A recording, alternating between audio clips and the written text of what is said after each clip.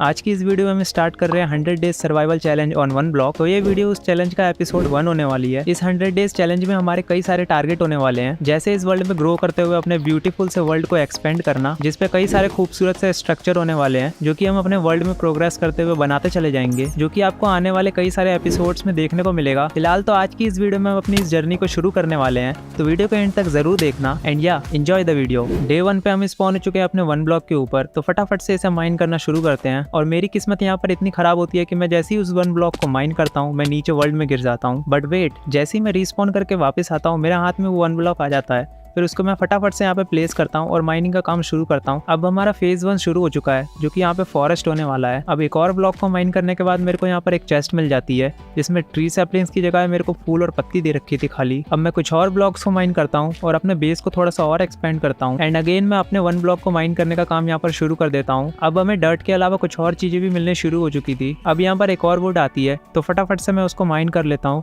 और एक सबसे पहले अपने लिए एक चेस्ट बनाता हूँ, जिसको मैं अपने प्लेटफॉर्म के साइड में प्लेस कर देता हूँ। और फटाफट से अपने बेसिक के टूल्स जो हैं वो क्राफ्ट कर लेते हैं, ताकि अपने माइनिंग का काम जो है थोड़ा सा और स्पीड ले सके। अब हमारा माइनिंग का काम थोड़ा सा और स्पीड अप हो चुका था, तो फटाफट से मैं बिना किसी देरी किए हुए रेगुलर माइनिंग करना शुरू कर देता हूँ। और लंबे समय तक माइन करके मेरे को कई सारी चीजें मिलती है, जैसे वुड और डर्ट तो हमको मिल ही रही है। अब फटाफट से मेरे पास जितनी भी वुड इकट्ठा हुई है उनके प्लैंक्स बना के मैं अपने वर्ल्ड को एक्सपेंड करना शुरू कर देता हूँ। वर्ल्ड को एक्सपेंड करते हुए यहाँ पर ऑलमोस्ट रात हो चुकी थी, तो मेरे पास कुछ करने के लिए और दूसरा काम नहीं था, तो मैं माइनिंग का काम यहाँ पे कंटिन्यू करता हूँ। और मेरे को यहाँ पर मिलती है एक चेस्ट, जिसमें कुछ फूल पत्तियां और 2 पोटैटो मिल जाते हैं। अब मैं अपनी इन्वेंट्री को खाली करने के लिए एक चेस्ट प्लेस करता हूँ और सारा ना यूज होने वाला सामान उसमें शिफ्ट कर देता हूँ। अब अगेन मैं अपने डर्ट माइन के काम को यहाँ पर शुरू कर देता हूँ, क्योंकि इसी से हमें काम के सामान मिलने वाले हैं। अब आप देख सकते हो हमारा बेस दिखने में एक राफ्ट की तरह लग रहा है, जिसमें एक चेस्ट और एक क्राफ्टिंग टेबल लगी हुई है। अभी तक मेरे पास ठीक ठाक वुड कलेक्ट हो चुका था, तो उनको प्लैंक्स बना के अपने बेस को एक्सपेंड करने का काम यहाँ पर मैंने शुरू कर दिया है। क्योंकि यार एट द एंड अपनी प्रायोरिटी तो अपने बेस को एक्सपेंड करना ही होगी, क्योंकि जब तक हमारे पास अपना इनफ बेस नहीं होगा हम उस पर ट्री कैसे उगाएंगे, अपने फार्म कैसे बनाएंगे, अपना घर कैसे बनाएंगे। तो फटाफट से मैं अपने बेस को एक्सपेंड कर लेता हूँ और माइनिंग के काम को दोबारा से कंटिन्यू कर देता हूँ। माइनिंग करते हुए अब मेरे को एक चेस्ट मिलती है, तो फाइनली इसमें मेरे को 2 ट्री सैपलिंग्स मिल ही जाती है। तो यार ये तो पक्की बात है कि हमारे पास वुड की कोई कमी नहीं होने वाली है और आगे जाके हम अपना एक ट्री फार्म भी बनाएंगे, जो कि बहुत बड़ा होने वाला है। तो फटाफट से इन दोनों ट्री सैपलिंग्स को अपने बेस के ऊपर लगा देते हैं। अब मैं दोबारा से माइनिंग कर ही रहा था कि यहाँ पे एक पिगी भाई स्पॉन हो जाते हैं, जो कि यार दिखने में थोड़ा सा मासूम और थोड़ा बेवकूफ टाइप का लग रहा था। अगले दिन की सुबह हो चुकी थी और यहाँ पे बारिश रुकने का नाम ही नहीं ले रही थी। माइनिंग करते हुए मेरे सभी टूल टूट चुके थे, तो मैं फटाफट से इनको क्राफ्ट कर लेता हूँ। साथ ही मैं कुछ वुडन प्लैंक्स भी बना लेता हूँ, ताकि हम अपने वर्ल्ड को एक्सपेंड करने का काम यहाँ पे कंटिन्यू कर सके। तो मैं फटाफट से अपना एरिया एक्सपेंड करने लग जाता हूँ। कुछ ही देर में हमारा एक ट्री भी ग्रो हो चुका था, जो कि हमारे लिए बहुत अच्छी बात है, क्योंकि इस ट्री को कट करके हमारे पास और सैपलिंग्स मिलेगी, ताकि आगे जाकर हम अपना एक बड़ा सा ट्री फार्म बना सके। अब बिना किसी देरी किए हुए मैं फटाफट से इस ट्री को कट करने लग जाता हूँ। अब मैं देखता हूँ कि इस ट्री की कुछ लीव्स अपने बेस के थोड़ा बाहर साइड भी थी, तो फटाफट से मैं यहाँ पे प्लैंक्स लगाने लग जाता हूँ, क्योंकि जैसे ही इसके ऊपर से सैपलिंग गिरे वो अपने बेस के ऊपर ही रहे। अब हमको एक ट्री सैपलिंग्स भी मिल चुका है, तो फटाफट से मैं बिना किसी देरी किए हुए उसे उसकी जगह पर लगा देता हूँ। एंड अगेन मैं माइनिंग के काम को शुरू कर देता हूँ। कई देर तक माइनिंग करके मेरे को एक चेस्ट मिल जाती है, जो कि यार अभी तक की हमारे सबसे बढ़िया चेस्ट होती है, क्योंकि इसके अंदर मेरे को एक वाटर बकेट और एक आइस ब्लॉक मिल जाता है और कुछ सैपलिंग्स भी। तो अब आप लोग समझ ही चुके होंगे कि मैं क्या बनाने वाला हूँ। आइस ब्लॉक और वाटर बकेट की मदद से मैं अपने लिए एक अनलिमिटेड वाटर सोर्स बना लेता हूँ। अब मेरे को अपने इन्फिनाइट ब्लॉक के नीचे स्लैब प्लेस करना था, ताकि कोई भी ग्रेविटी ब्लॉक वर्ल्ड में ना गिर जाए। अब मैं जैसे ही इस चेस्ट को माइन करता हूँ मैं लेवल 2 में पहुंच चुका था, जो कि है अंडरग्राउंड। अब मैं जिस काम के लिए यहाँ पर आया था फटाफट से उसे कंप्लीट कर लेते हैं। और जितना मैंने मुश्किल समझा था इसे उतना है नहीं है, क्योंकि मैं प्रो तो हूँ ही। अब हमारे बेस का साइज थोड़ा और एक्सपेंड हो चुका था, जो कि दिखने में बहुत अच्छा लग रहा था। अब मैं स्टोन को माइन करना शुरू कर देता हूँ। कुछ स्टोन माइन करने के बाद मैं अपनी वुडन पिकेक्स वर्ल्ड में फेंक देता हूँ और फटाफट से अपने सभी वुडन के टूल्स क्राफ्ट कर लेता हूँ। अब माइनिंग करते हुए मेरे को स्टोन के साथ साथ आयरन भी मिल रहा था। अब माइनिंग करते हुए मेरे को कोल मिल जाता है, जिसकी मेरे को फिलहाल तो बहुत ज्यादा जरूरत थी। अब मैं फटाफट से कुछ टॉर्चेस बनाकर अपने बेस के ऊपर प्लेस करने लग जाता हूँ। अब मैं अपने बेस के ऊपर कुछ और सैपलिंग्स लगाने के लिए डर्ट को प्लेस करने लग जाता हूँ, जो कि हमें चेस्ट से मिली थी। क्योंकि यार अभी तक हमारे पास आराम करने के लिए बेड नहीं था, तो मैं माइनिंग के काम को यहाँ पर कंटिन्यू रखता हूँ। और माइनिंग करते हुए मेरे को एक चेस्ट मिल जाती है और इस चेस्ट में से मेरे को मकड़ियों का जाला मिल जाता है। और जहाँ तक मेरे को याद है मैं इससे स्ट्रिंग्स बनाकर वूल बना सकता हूँ।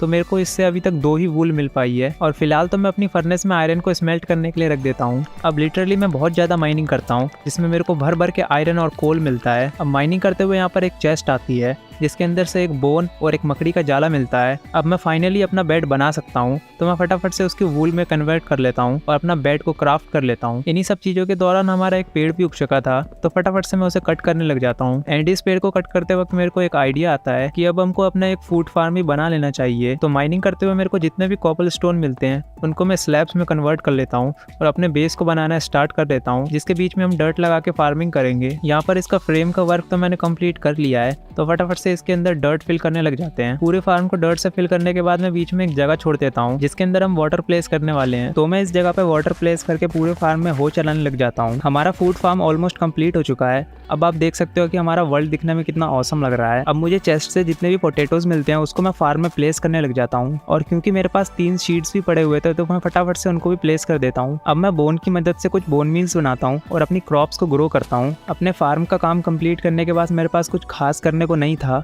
तो मैं अपने माइनिंग के काम पे पूरा फोकस करता हूँ और लग जाता हूँ जोरों शोर से अपने 1 ब्लॉक को माइन करने पे, जिसे माइन करके हमें आयरन, कोल और बहुत सारा कॉबल स्टोन मिलता है, जो कि अपने बेस को एक्सपेंड करने के आगे बहुत काम आने वाला है। जब तक मैं माइनिंग कर रहा था मेरे कुछ आयरन और भी स्मेल्ट हो चुके थे, जिससे मैं अपनी एक शील्ड बना लेता हूँ। अब मेरे पास अपनी प्रोटेक्शन के लिए शील्ड भी हो चुकी थी और इसी के साथ रात हो चुकी थी। मैं अपने बेस को एक्सपेंड करने का काम यहाँ पर शुरू कर चुका था, ताकि आगे जाकर हम और ट्री सैपलिंग्स प्लांट कर सके, जिससे हमें आगे जाकर इनफ वुड मिलेगा। अब मैं एक्सपेंड की हुई जगह पर ट्री सैपलिंग्स लगाने के लिए डर्ट प्लेस करने लग जाता हूँ और मेरे को ट्री कट करके जितनी भी ट्री सैपलिंग्स मिली थी मैं फटाफट से उनको प्लेस कर देता हूँ। अब हमारा बेस थोड़ा और बड़ा हो चुका था, जो कि दिखने में थोड़ा ठीक ठाक सा लग रहा था, और अब हमारे पेड़ों की संख्या भी थोड़ी बढ़ने वाली है। तो मैं फिर से माइनिंग के काम को कंटिन्यू करता हूँ और अचानक से मेरे को यहाँ पर एक चेस्ट मिल जाती है, जिसके अंदर से मेरे को एक और मकड़ी का जाला मिल जाता है। लेकिन अब हमारे पास बेड हो चुका था, तो ये हमारे किसी काम का नहीं है फिलहाल। अब माइनिंग करते हुए यहाँ पर एक शीप स्पॉन हो चुकी थी, एंड उसके बाद एक चिकन, फिर एक पिग स्पॉन होता है। अब हमारे पास 3 पिग हो चुके थे, तो मैं दोबारा से इस होप में माइनिंग करने लग जाता हूँ कि अब हमारे पास काऊ स्पॉन होगी या फिर एक और शीप स्पॉन होगी। तो काफी देर तक माइन करने के बाद यहाँ पर कुछ भी स्पॉन नहीं होता है। अब हमारे पास ठीक ठाक आयरन हो जाता है,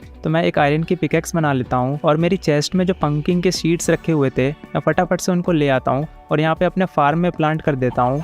और यहाँ पे कुछ मेरे पास बीटरूट के भी सीड्स थे, तो मैं उनको भी प्लांट कर देता हूँ। फिर मैं जैसे ही माइनिंग करना दोबारा से शुरू करता हूँ, यहाँ पर एक सुपर चेस्ट आ जाती है, जिसके अंदर से मेरे को कुछ कीमती सामान मिलने वाला था, और यहाँ पे लिटरली मेरे को एक डायमंड मिल जाता है और एक गोल्ड की पिकेक्स मिल जाती है। अब हमारे पास अपने वर्ल्ड का पहला डायमंड भी हो चुका था, तो मैं उसे सेफली चेस्ट के अंदर प्लेस कर देता हूँ। क्योंकि अब हमारे पास जानवर भी बहुत बढ़ते जा रहे थे, तो मैं उनके लिए एक प्लेटफॉर्म बनाने का डिसाइड करता हूँ। स्लैब्स के थ्रू मैं यहाँ पर एक छोटा सा प्लेटफॉर्म बना लेता हूँ। अब हमको इसके अंदर फेंसेस लगानी है, जिसके लिए मैं यहाँ पे फटाफट से फेंस क्राफ्ट करने लग जाता हूँ। तो मैं यहाँ पर फेंस लगाने का काम शुरू कर देता हूँ, एंड लास्ट में फेंस गेट लगाने के बाद हमारा एनिमल फार्म पूरी तरह से कंप्लीट हो चुका है। हाँ, ये थोड़ा सा छोटा है, बट अभी हमारे पास जितने एनिमल है उसके लिए इनफ है। अब मैं वीट और पोटैटो की मदद से सभी जानवरों को फेंस के अंदर ले आता हूँ, और इनको अंदर ले जाना भी अपने आप में एक अलग ही स्ट्रगल है। अब यहाँ पर एक अजीब सी चीज़ होती है, क्योंकि आप सभी को पता है कि हमारे पास एक मुर्गी भी थी। अब मैं अपने पूरे बेस में उसको ढूंढने लग जाता हूँ, बट वो मेरे को कहीं पे नहीं दिखती है। तो मैं फटाफट से सो के डे कर देता हूँ, एंड मॉर्निंग होने के साथ ही अपने माइनिंग के काम को शुरू कर देता हूँ। अब यहाँ पर एक चिकन स्पॉन हो जाती है, बट पुरानी वाली चिकन कहाँ गई अभी तक उसका कुछ पता नहीं है। तो यार वो सब छोड़े, यहाँ पर एक और शीप स्पॉन हो जाती है। अब हमारे पास 2 शीप हो चुकी थी, तो मैं माइनिंग कर ही रहा था कि यहाँ पर लेवल 3 शुरू हो जाता है, जो कि है द केव। अब इसमें प्रॉब्लम ये है कि यहाँ पे डिफरेंट टाइप के मॉब भी स्पॉन होंगे, जैसे क्रीपर भी, और अगर क्रीपर यहाँ पर फटा तो हमारा सारा सामान भी वर्ल्ड के नीचे गिर जाएगा। तो मैं फटाफट से वुड काटने लग जाता हूँ, जिससे कि मैं अपने सामान को रखने के लिए एक अलग से प्लेटफॉर्म बना सकूँ और उसमें अपना सामान को सेव कर सकूँ। उसके लिए वुडन स्लैब प्लेस करके मैं एक छोटा सा प्लेटफॉर्म बनाने लग जाता हूँ। प्लेटफॉर्म कंप्लीट होने के बाद मैं कुछ और वुड के लिए एक ट्री को कट करता हूँ और उससे मिली ट्री सैपलिंग को अपनी जगह पे प्लेस कर देता हूँ। अब मैं अपने सभी कीमती सामान को अपने 1 ब्लॉक से दूर अपने बनाए हुए बेस के ऊपर शिफ्ट करने लग जाता हूँ। अब मैं अपने 1 ब्लॉक के चारों तरफ फेंस लगा के इसे कवर कर देता हूँ, जिससे जो भी मॉब स्पॉन होगा उसे हम इजीली मार सके। एंड अब हमारा बेस दिखने में कैसा लग रहा है फटाफट से कमेंट कर दो। एंड अभी तक तो इस सर्वाइवल सीरीज की शुरुआत बहुत अच्छी लग रही है मेरे को, और अब मेरे प्लेटफॉर्म पे बहुत सारे ट्री भी ग्रो हो चुके हैं, तो फटाफट से इनको कट कर लेते हैं, ताकि इसी एपिसोड में मैं अपने प्लेटफॉर्म को थोड़ा और एक्सपेंड कर सकूं। नेक्स्ट डे मैं अपने फार्म को चेक करने आ जाता हूँ, और यहाँ पर एक वीट उग चुकी थी, लेकिन मैं जैसे ही इसको कट करता हूँ मेरे को एक भी सीड्स नहीं मिली। और भाई ये कैसे हो सकता है यार, मेरे को तो नहीं पता। हो सकता है ये इस वर्ल्ड का कोई ग्लिच हो, जो कि यार मुझे तो बिल्कुल भी अच्छा नहीं लगा। तो मैं केव फेज में अपने माइनिंग के काम को फाइनली शुरू कर ही देता हूँ। मैं बहुत एक्साइटेड हूँ कि इसमें मेरे को क्या क्या मिलने वाला है। और लिटरली यार कोल और लैपिस के साथ साथ थोड़ी देर में ही हमें यहाँ पर डायमंड मिल चुका है, अपने माइनिंग किया हुआ पहला डायमंड, जिसको माइन करके यार मैं तो बड़ा खुश हूँ। अब हमारे पास टोटल 2 डायमंड हो चुके हैं। अब मैं अपने प्लेटफॉर्म को चारों तरफ से एक एक ब्लॉक बड़ा करने वाला हूँ, जिसके लिए मैंने इनफ प्लैंक्स इकट्ठा कर लिए हैं।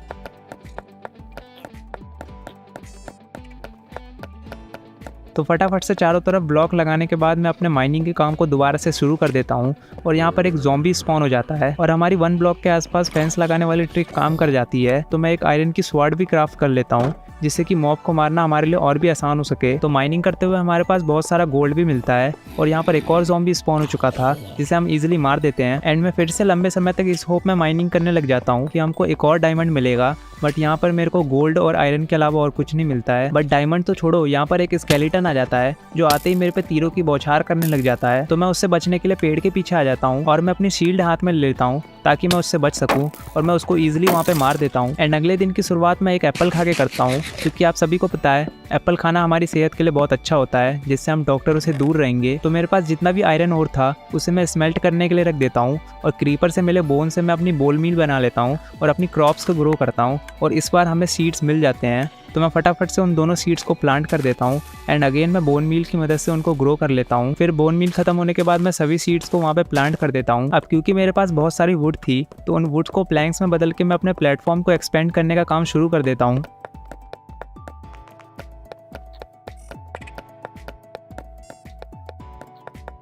अपने प्लेटफॉर्म को पूरी तरह एक्सपेंड करने के बाद मेरे साथ माइनक्राफ्ट का एक बहुत ही गंदा ग्लिच होता है। मैं जैसे ही अपने फार्म के ऊपर आता हूँ, मैं वर्ल्ड के नीचे गिर जाता हूँ। और यार लिटरली ये सब इतनी जल्दी हुआ कि मेरे को सच में कुछ समझ में नहीं आया और मेरे आयरन के टूल्स और बाकी सब सामान वेस्ट हो गया। अब आप लोग सोच रहे होंगे कि मैं वाटर वाली जगह से नीचे गिर गया हूँ, बट आप यहाँ पे खुद देखो, मैंने यहाँ पे ट्रैप डोर लगा रखा है, जिसके ऊपर मैं कूद के भी दिखा देता हूँ कि मैं नीचे नहीं गिर रहा हूँ। अब पता नहीं कौन से ग्लिच की वजह से मैं नीचे गिर गया था। होपफुली मेरे पास इतना आयरन था कि मैं अपने आयरन के टूल दोबारा क्राफ्ट कर लेता हूँ और फटाफट से वुड कलेक्ट करने लग जाता हूँ, क्योंकि हमारा बहुत सारा वुड वर्ल्ड में गिर के बर्बाद हो चुका था। अब आप हमारा बेस देख सकते हो कि ये कितना एक्सपेंड हो चुका है और सभी चीज़ें देखने में कितनी अच्छी लग रही है। अब हम अपने वर्ल्ड में ठीक ठाक प्रोग्रेस कर चुके हैं, जो कि अभी आप मेरे सामने देख सकते हो। हमारे पास कई सारी चीज़ें अवेलेबल है। अब लंबे समय के बाद हमारे पोटैटोज भी ग्रो कर चुके हैं, तो मैं फटाफट से उन्हें कट कर लेता हूँ और मैं सभी पोटैटोज को वापस रीप्लांट करने लग जाता हूँ। फिर मैं बचे हुए कुछ पोटैटोज पिग को खिला देता हूँ ताकि उनकी भी जनसंख्या थोड़ी सी बढ़ सके। अब मैं काफ़ी टाइम बाद अपने 1 ब्लॉक को माइन करने का काम शुरू करता हूँ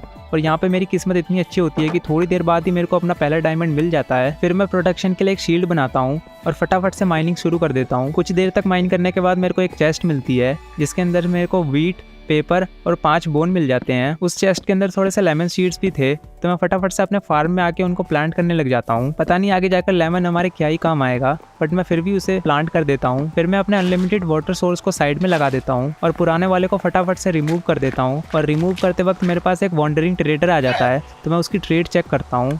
तो यार इसमें से मेरे को लेने के लिए तो थोड़ा बहुत सामान था, बट यहाँ पर मैं कुछ भी ले नहीं सकता हूँ। तभी माइनिंग करते हुए यहाँ पर एक क्रीपर स्पॉन हो जाता है, मैं उससे दूर हो जाता हूँ ताकि वो ना फटे। उसको मारने के लिए मेरे पास एरो भी नहीं थे। तभी कुछ ये होता है। और सच्ची में यार इसमें मेरी कोई बहादुरी नहीं थी। एक्चुअली वो गेट मेरे से गलती से खुल गया था। अपने ट्रैप को वापस से रिपेयर करके मैं दोबारा से माइनिंग करना शुरू कर देता हूँ। अब यहाँ पर एक बड़ी सी स्लाइम स्पॉन हो जाती है, जिसे मैं अपनी आयरन स्वॉर्ड से मार देता हूँ। तभी कुछ देर और माइनिंग करने के बाद यहाँ पर एक सुपर चेस्ट आ जाती है और मैं बहुत एक्साइटेड था कि इसमें क्या होगा। फिर मैं जैसे ही चेस्ट को ओपन करता हूँ, उसमें एक डायमंड, एक गोल्ड की पिकेक्स और गोल्ड के लेगिंग मिल जाते हैं। फिर मैं बोन मील की मदद से कुछ और क्रॉप्स को ग्रो करता हूँ और उसको कट करने के बाद मेरे को जितनी भी सीड्स मिले थे मैं फटाफट से उनको प्लांट कर देता हूँ। अब टाइम आ चुका था दोबारा से माइनिंग करने का। और माइनिंग करते हुए मेरे को एक और डायमंड मिल जाता है और डायमंड की होप में मैं और माइनिंग करने लग जाता हूँ। और इस पर मेरे को बिल्कुल भी निराशा नहीं होती है, क्योंकि मैं आगे जैसे जैसे माइनिंग करते जा रहा था मेरे को और डायमंड मिलते जा रहे थे। थोड़े थोड़े समय के बाद मेरे को डायमंड मिलते जा रहे थे, तो मैं फटाफट से सभी डायमंड को कलेक्ट कर लेता हूँ और अपनी चेस्ट में रखते जाता हूँ। माइनिंग करते हुए यहाँ पर रात हो चुकी थी, बट माइनिंग करते हुए लास्ट में यहाँ पर एक ज़ॉम्बी स्पॉन हो जाता है, तो मैं फटाफट से उसे मार देता हूँ और सो के डे कर देता हूँ। अब हम इस वर्ल्ड में इतना प्रोग्रेस कर चुके हैं कि हमारे पास बहुत सारा आयरन हो चुका है, साथ ही साथ हमारे पास बहुत सारा डायमंड भी हो चुका है। एंड मैं अपना बेस भी इतना एक्सपेंड कर चुका हूँ